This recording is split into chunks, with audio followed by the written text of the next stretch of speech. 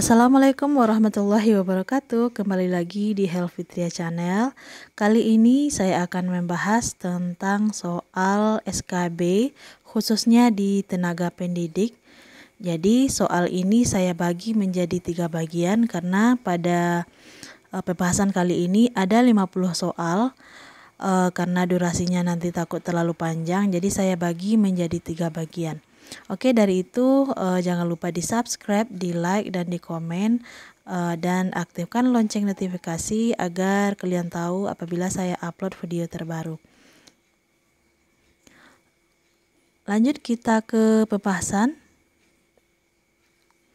Soal nomor 1. Pernyataan di bawah ini merupakan karakteristik perkembangan peserta didik tingkat SD atau MI ditinjau dari aspek fisik, kecuali A. Menyenangi olahraga secara berkelompok. B. Menunjukkan variasi yang besar pada tingkat dan berat badan. C. Memiliki keterampilan fisik untuk memainkan permainan. D. Penambahan-penambahan dalam kemampuan motorik halus. E. Memiliki kemampuan dalam mengangkat beban yang berat.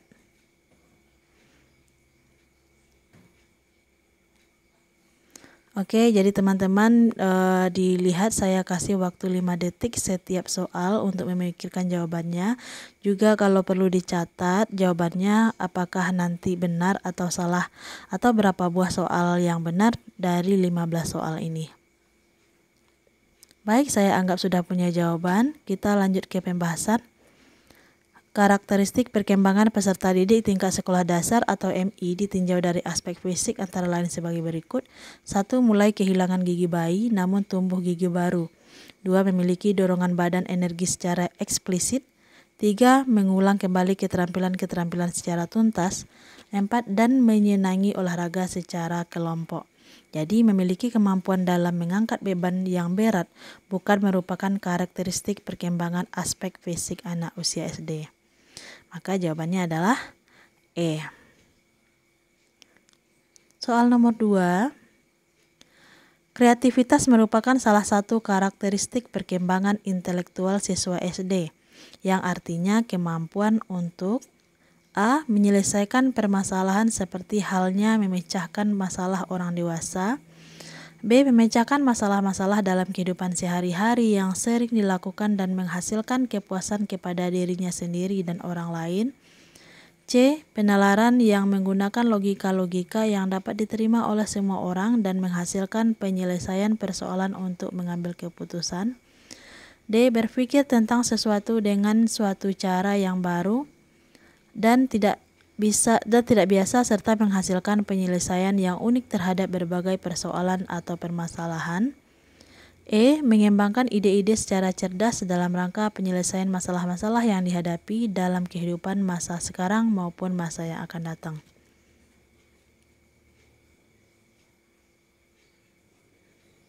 Baik, kita pembahasan. Kreativitas merupakan salah satu karakteristik perkembangan aspek intelektual pada siswa tingkat sekolah dasar atau MI. Menurut Hurlock, kreativitas adalah kemampuan untuk berpikir tentang sesuatu dengan suatu cara yang baru dan tidak biasa, serta menghasilkan penyelesaian yang unik terhadap berbagai persoalan. Jadi, kreativitas merupakan salah satu karakteristik perkembangan intelektual siswa SD, yang artinya kemampuan untuk berpikir tentang sesuatu dengan suatu cara yang baru dan tidak biasa, serta menghasilkan penyelesaian yang unik terhadap berbagai persoalan atau permasalahan. Oke, maka jawabannya adalah jawabannya adalah D. Ada yang benar? Kita lanjut soal nomor 3. Pernyataan di bawah ini yang merupakan karakteristik perkembangan peserta didik tingkat SD atau MI ditinjau dari aspek sosial adalah A. Mulai menyukai teman sebaya sesama jenis. B. Berperan serta dalam permainan logika. C. Menyukai teman sebaya lawan jenis. D. Dapat bekerja dalam durasi waktu yang lama. E. Belum dapat berargumentasi maksudnya.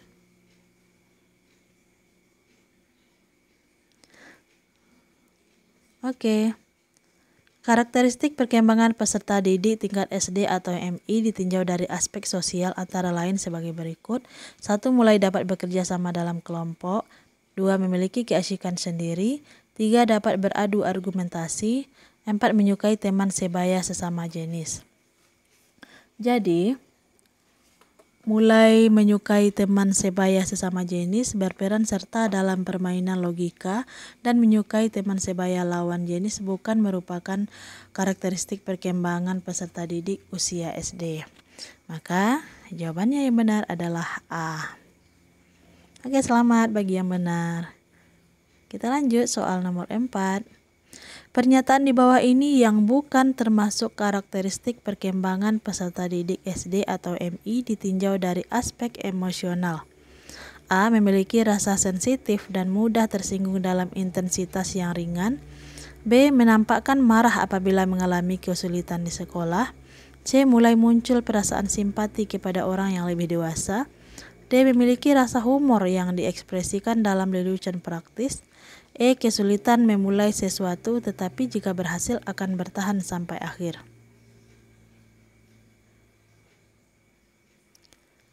Menurut Hurlock, karakteristik perkembangan emosional anak usia tingkat SD antara lain: 1. Kesulitan memulai sesuatu tetapi jika berhasil akan bertahan sampai akhir. 2. Menampakkan marah apabila mengalami kesulitan di sekolah. 3. Memiliki rasa humor yang diekspresikan dalam lelucon praktis. Dan 4. Memiliki rasa sensitif dan mudah tersinggung dalam intensitas yang ringan. Jadi, mulai muncul perasaan simpati kepada orang yang lebih dewasa bukan merupakan karakteristik perkembangan emosional anak SD. Maka jawabannya yang benar adalah C. Lanjut soal nomor 5. Perkembangan perilaku moral dan perkembangan konsep moral merupakan fase-fase perkembangan moral yang harus dicapai seorang anak. Pada fase perkembangan perilaku moral, seorang anak belajar melalui cara-cara berikut. Kecuali: A. Coba ralat. B. Pendidikan langsung. C. Identifikasi. D. Observasi. E. Trial and error.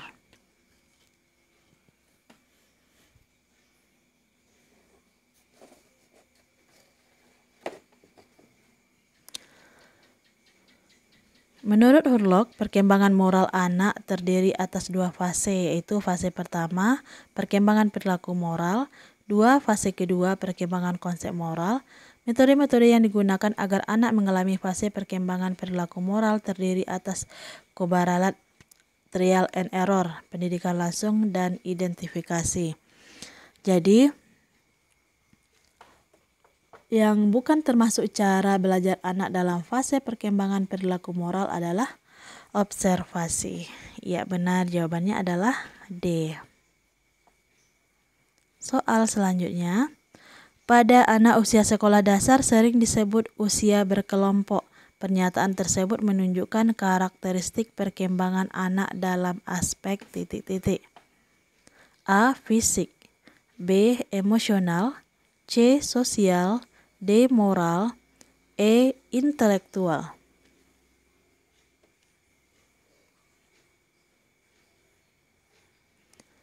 Menurut Hurlock, karakteristik perkembangan aspek sosial anak usia tingkat SD antara lain: 1. Anak berminat dalam kegiatan dengan teman sebaya. 2. Ingin menjadi bagian dari kelompok yang mengharapkan untuk dapat menyesuaikan diri dengan nilai dan perilaku. Serta 3. Minat para anggota kelompok. Berdasarkan karakteristik perkembangan sosial tersebut, usia ini disebut juga dengan usia berkelompok. Jadi, pada anak usia sekolah dasar sering disebut usia berkelompok, menunjukkan karakteristik perkembangan anak dalam aspek sosial. Ya, jawabannya adalah C. Nomor 7. Pada mata pelajaran PKN, Pendidikan Kewarganegaraan, salah satu minat siswa usia sekolah dasar yang dapat teridentifikasi dalam proses pembelajaran adalah minat terhadap A. Masalah sosial. B. Bidang olahraga. C. Penampilan. D. Tubuh manusia. E. Kesehatan manusia.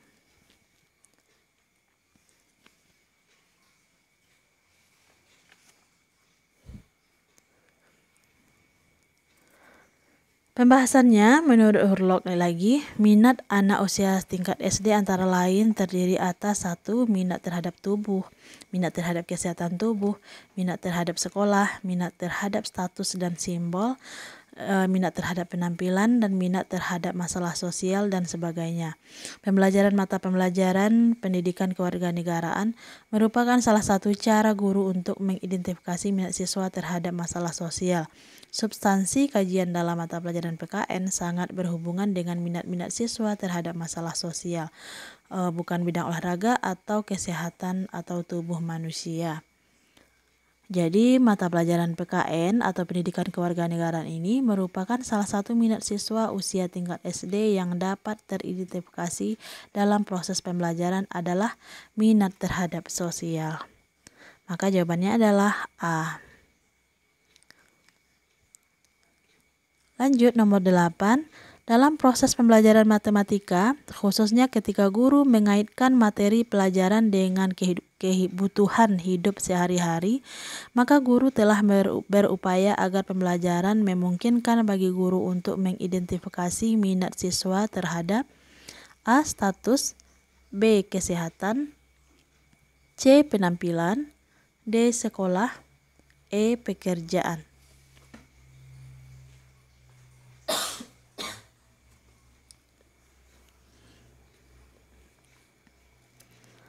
Menurut Hurlock, minat siswa antara lain terdiri atas 1. Minat terhadap tubuh, 2. Minat terhadap kesehatan tubuh, 3. Minat terhadap sekolah, 4. Minat terhadap status dan simbol, 5. Minat terhadap penampilan, 6. Minat terhadap masalah sosial, dan sebagainya.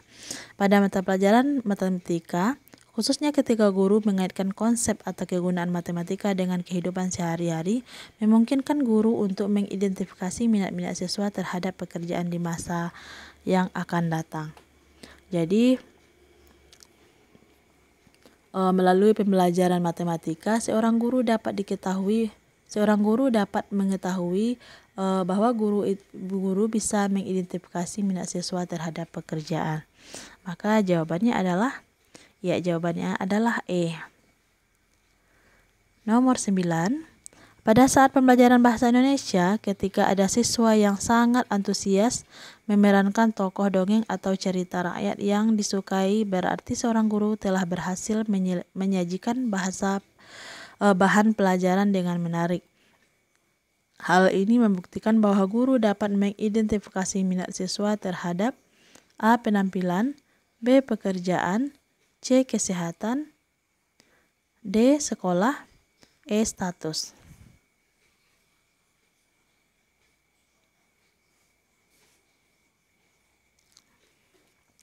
Menurut Hurlock, minat siswa antara lain 1. Minat terhadap tubuh, 2. Minat terhadap kesehatan tubuh, 3. Minat terhadap sekolah, 4. Minat terhadap pekerjaan di masa depan, 5. Minat terhadap status dan simbol, 6. Minat terhadap penampilan, dan sebagainya.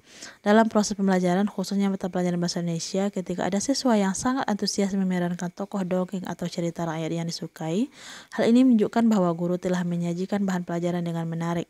Dengan demikian, bahwa pelajaran yang menarik tersebut dapat mengidentifikasi minat siswa terhadap sekolah secara positif, cenderung mempengaruhi sikap dan minat anak terhadap sekolah.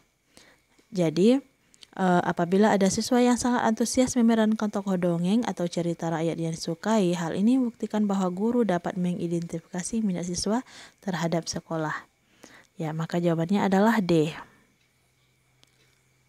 Nomor 10.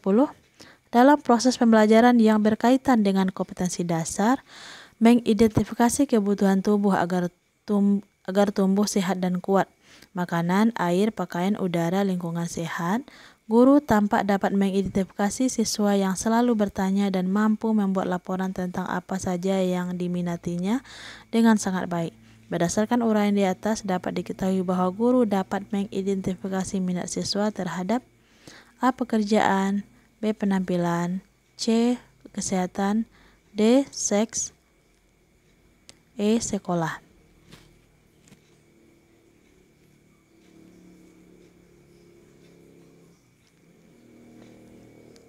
Oke, sudah disiapkan jawabannya. Kita ke pembahasan. Menurut Hurlock, minat siswa antara lain 1. Minat terhadap tubuh, 2. Minat terhadap kesehatan tubuh, 3 minat terhadap sekolah, 4 minat terhadap pekerjaan di masa depan, 5 minat terhadap status dan simbol, 6 minat terhadap penampilan, 7 minat siswa terhadap masalah sosial. Dalam proses pembelajaran mata pelajaran IPA, khususnya tentang kompetensi mengidentifikasi kebutuhan tubuh agar tumbuh sehat dan kuat, makanan, air, pakaian, udara, lingkungan sehat. Ketika ada siswa yang selalu bertanya, kemudian mampu membuat laporan tentang apa saja yang diminatinya dengan sangat baik, maka guru dapat mengidentifikasi minat siswa terhadap kesehatan. Jadi ketika ada siswa yang selalu bertanya, kemudian mampu membuat laporan tentang apa saja yang diminatinya dalam pembelajaran IPA dengan sangat baik, maka guru dapat mengidentifikasi minat siswa terhadap kesehatan. Maka jawabannya adalah C. Nomor 11.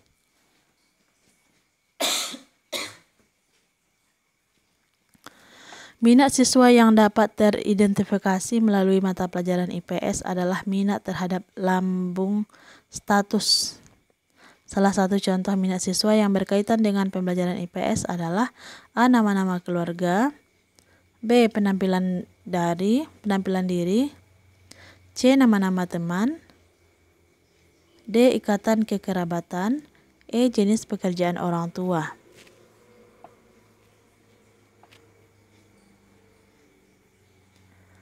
Menurut Hurlock, minat siswa antara lain 1. Minat terhadap tubuh, 2. Minat terhadap kesehatan tubuh, 3. Minat terhadap sekolah, 4. Minat terhadap pekerjaan di masa depan, 5. Minat terhadap status dan simbol, 6. Minat terhadap penampilan, dan 7. Minat siswa terhadap masalah sosial. Minat siswa yang dapat teridentifikasi melalui mata pelajaran IPS adalah minat terhadap lambang status. Maaf ya, di soalnya tadi lambung, itu maksudnya lambang status. Salah satu contoh minat siswa yang berkaitan dengan pembelajaran IPS adalah jenis pekerjaan orang tua. Jadi, melalui pembelajaran IPS, guru dapat mengidentifikasi minat siswa terhadap jenis pekerjaan orang tua. Maka jawabannya adalah E. Soal selanjutnya, dalam proses pembelajaran pendidikan kewarganegaraan atau PKN, seorang guru kelas 1 SD mengajarkan tentang kompetensi dasar, melaksanakan aturan yang berlaku di masyarakat, maka kompetensi prasyarat yang harus dimiliki siswa adalah A. Mengenal lingkungan yang baru, B. Mengenal pentingnya tata tertib di masyarakat, C. Melaksanakan hidup rukun di masyarakat, D. Mengenal lingkungan rumah dan sekolah, E. Mengikuti tata tertib di rumah dan sekolah.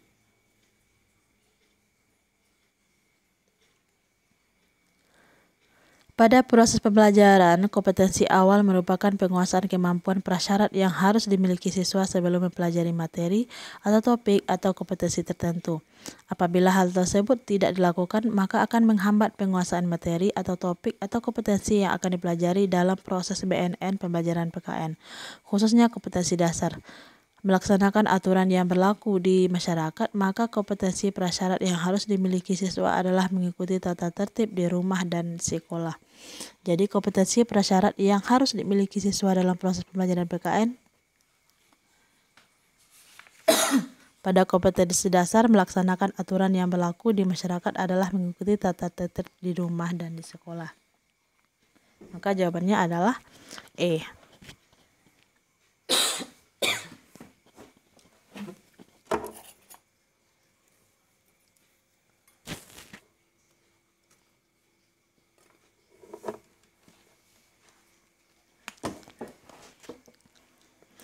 Kita lanjut soal nomor 13.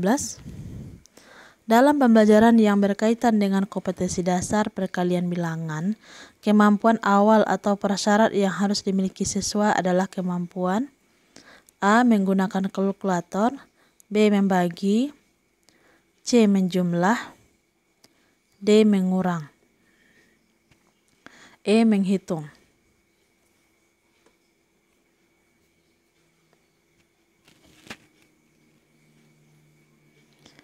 Kompetensi prasyarat adalah kemampuan awal yang harus dimiliki siswa sebelum mempelajari materi, topik, kemampuan tertentu.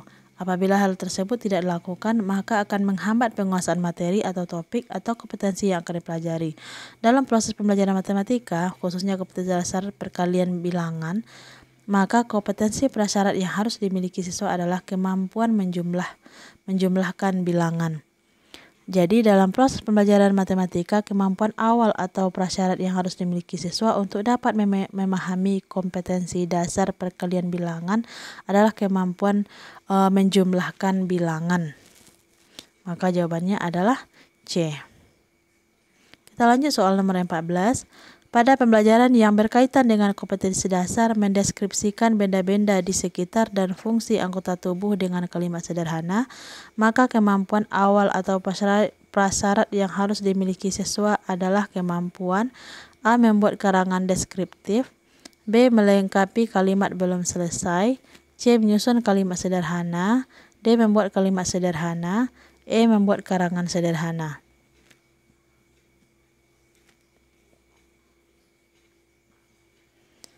Kompetensi prasyarat adalah kemampuan awal yang harus dimiliki siswa sebelum mempelajari materi atau topik atau kompetensi tertentu.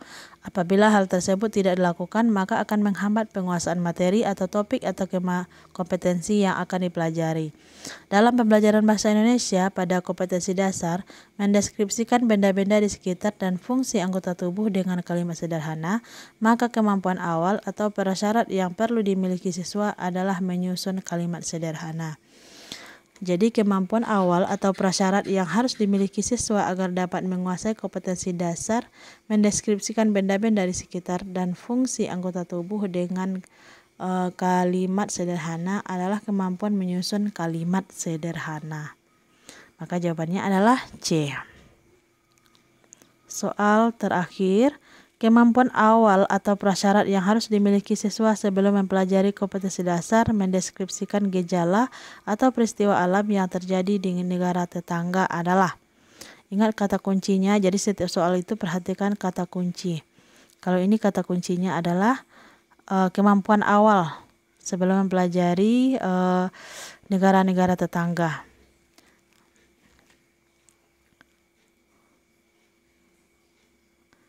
Mendeskripsikan gejala alam. A. Mendeskripsikan gejala atau peristiwa alam yang terjadi di Amerika. B. Mendeskripsikan gejala atau peristiwa alam yang terjadi di Indonesia. C. Mendeskripsikan gejala atau peristiwa alam yang terjadi di Eropa. D. Mendeskripsikan gejala atau peristiwa alam yang terjadi di Asia.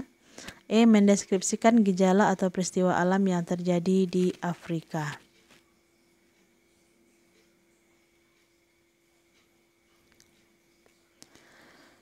Pembahasannya, kompetensi prasyarat adalah kemampuan awal yang harus dimiliki siswa sebelum mempelajari materi atau topik kompetensi tertentu. Apabila hal tersebut tidak dilakukan, maka akan menghambat penguasaan materi atau topik atau kompetensi yang akan dipelajari. Dalam pembelajaran IPS SD, pada kompetensi dasar mendeskripsikan gejala atau peristiwa alam yang terjadi di negara tetangga, maka kemampuan awal prasyarat yang perlu dimiliki siswa adalah mendeskripsikan gejala atau peristiwa yang perlu dimiliki siswa adalah mendeskripsikan gejala atau peristiwa alam yang terjadi di Indonesia. Jadi kemampuan awal atau prasyarat yang harus dimiliki siswa sebelum mempelajari kompetensi dasar mendeskripsikan gejala peristiwa alam yang terjadi di negara tetangga adalah mendeskripsikan gejala atau peristiwa alam yang terjadi di Indonesia. Maka jawabannya adalah D. Oke, terima kasih sudah mengikuti atau sudah menonton video ini. Tunggu video kelanjutannya ya pada video yang akan datang. Dari itu jangan lupa di subscribe, kemudian di like, di share juga ke teman-teman lainnya yang membutuhkan. Dan jangan lupa di komen. Terima kasih sudah mengikuti. See you pada video yang akan datang. Sampai jumpa pada video yang akan datang. Assalamualaikum warahmatullahi wabarakatuh.